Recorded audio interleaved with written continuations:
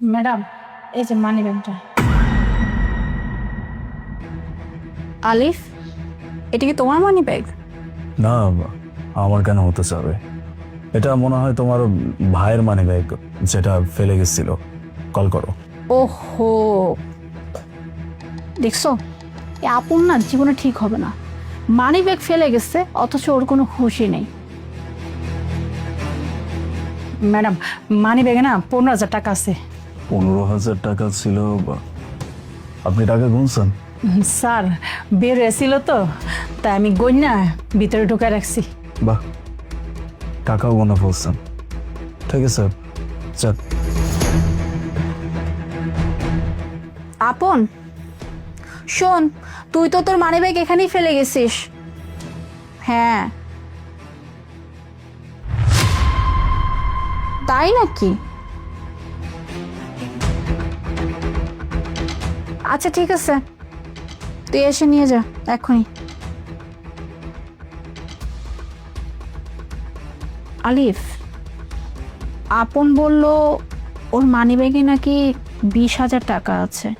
কি বলতেছো বুঝতেছে না, কিন্তু কিন্তু আমার ভাই কি মিথ্যা কথা বলবে? হ্যাঁ, এটা হতেই পারে না, আমার ভাই মিথ্যা বলে নাই। হ্যাঁ, এটাও ঠিক কথা বলছো। তোমার ভাই মিথ্যা কেন বলতে চাবে? আমার না তখনই সন্দেহ হয়েছিল, যখন উনি বললো না যে উনি ওয়ালেটে 15,000 টাকা পাইছে।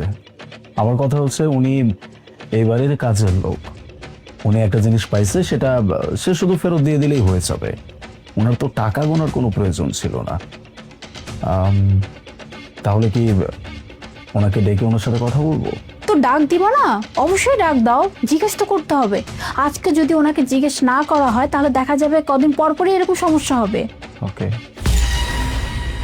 আন্টি, একটু এদিকে আসছেন। স্যার, আমার ডাকছেন? 5,000 টাকা ফেরত দেন। 5,000 টাকা? স্যার, কিসের 5,000 টাকা?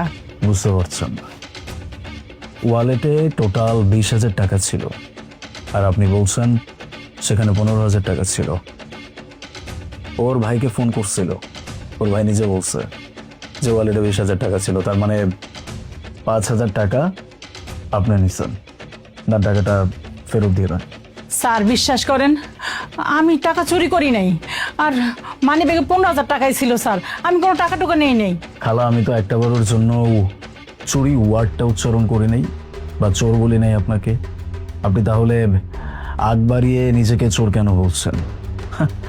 দ্যাট মিনস আপনি টাকাটা আসলেই চুরি করছেন। প্লিজ, কথা বাড়াইতে চাচ্ছি না, টাকাটা ফেরত পান। স্যার, আপনি তো কইতাছেন আমি মানি ব্যাগ থেকে 5,000 টাকা সরাইছি, এর লেগে আমি চুরির কথাটা কইছি। আমি কোনো টাকা টুকা নেই নেই স্যার।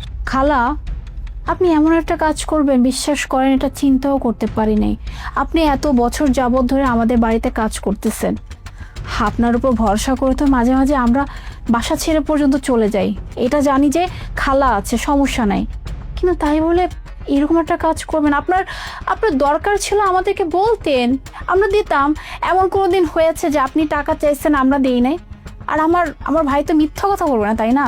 ওর মানি ব্যাগে 20,000 টাকা ছিল, তাই তো ও বলছে 20,000 টাকার কথা। কিন্তু আপনি খালা এমন একটা কাজ করলেন, এটা আসলে মানতেই পারতেছি না। ম্যাডাম, আপনি এই কথা কইতেছেন? আপনি আজ পর্যন্ত কোনো দিনও কইতে পারবেন আপনার ঘরের ভিতরে এদিকে শুইটা ওদিকে হয়েছে? কারণ অনেক বছর ধরে আমি আপনাকে এনে কাজ করি, কোনো সময় আমি আপনাকে কোনো একটা জিনিস এদিক সেদিক করি নাই। আর আজকে আপনারা আমারে চুরির অপবাদ দিয়ে দিলেন। এক্স্যাক্টলি আন্টি, এইটাই বলছি। এত বছর যাবত এখানে কাজ করছেন, আপনি আজ পর্যন্ত এরকম কোনো কাজ করলেন না। আজকে কেন আপনার করতে হলো? আপনার যদি টাকার প্রয়োজন হতো আপনি আমাদেরকে বলতেন, আমি নিজে আপনাকে টাকা দিতাম। আমি তো অনেকবার হয়েছে, আপনি চাইছেন আমি কি আপনাকে দেই নাই? অবশ্যই দিছি। তাহলে এরকম একটা নিকৃষ্ট কাজ আপনার কেন করতে হলো, আমি সেটাই বুঝতে পারছি না। আপু, আমার না ছোট্ট একটা মিস্টেক হয়ে গেছে। আমার মানি ব্যাগে 20,000 টাকা না, 15,000 টাকা ছিল। কি বললি তুই? তোর মানি ব্যাগে 20,000 না 15,000 টাকা ছিল? তাহলে তুই আমাকে কেন ফোনে বললি যে আপু আমার মানি ব্যাগে 20,000 টাকা আছে? হ্যাঁ, তুই জানিস তোর এই একটা কথার জন্য এখানে কত কিছু হয়ে গেছে। আরে বাবা, আমি বুঝতে পারি নাই আমি যে টাকাটা খরচ করছি না, আমার মাথায় নাই আসলে। ছোট্ট একটা মিস্টেক হয়ে গেছে আর কি।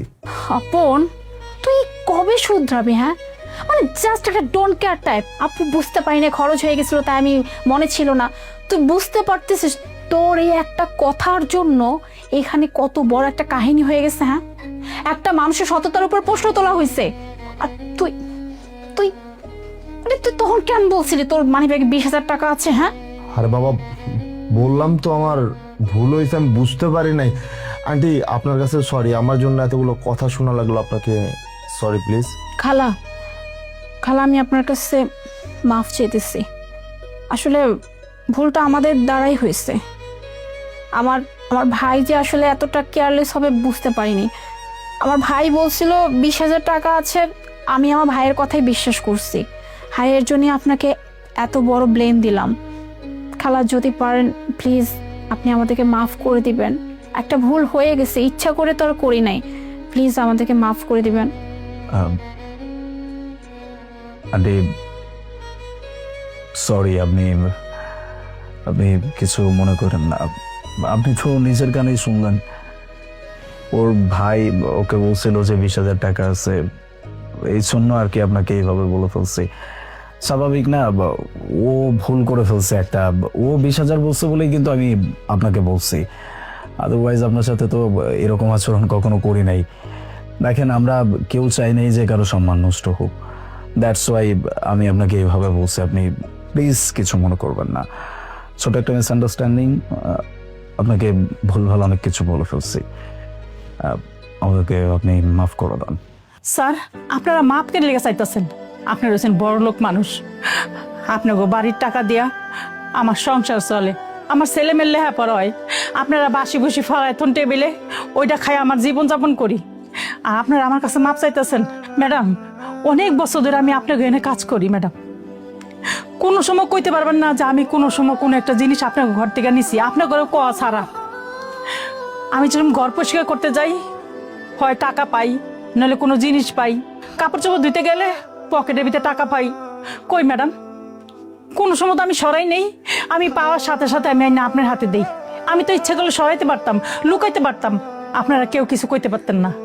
আর আজকে আমার ওই সততার উপহার এইভাবে দিলেন, লাস্ট পর্যন্ত আপনারা চোর বানায় ফেলাইলেন আমারে। ম্যাডাম, আপনারা তো আমার বিশ্বাসই করেন না। আপনারা তো আমার প্রতি আপনার যে বিশ্বাস ছিল ওই বিশ্বাসটা নষ্ট হয়ে গেছে। তাই ম্যাডাম, আমি আর আপনাকে এনে কাজ করবো না। আপনারা একটা কাজের বই নিয়ে নিন। খালা খালা আজকে এখানে যা কিছু হয়েছে না, শুধুমাত্র এই যে আপন তোর জন্য হয়েছে। আমি দেখতেছি খালাকে।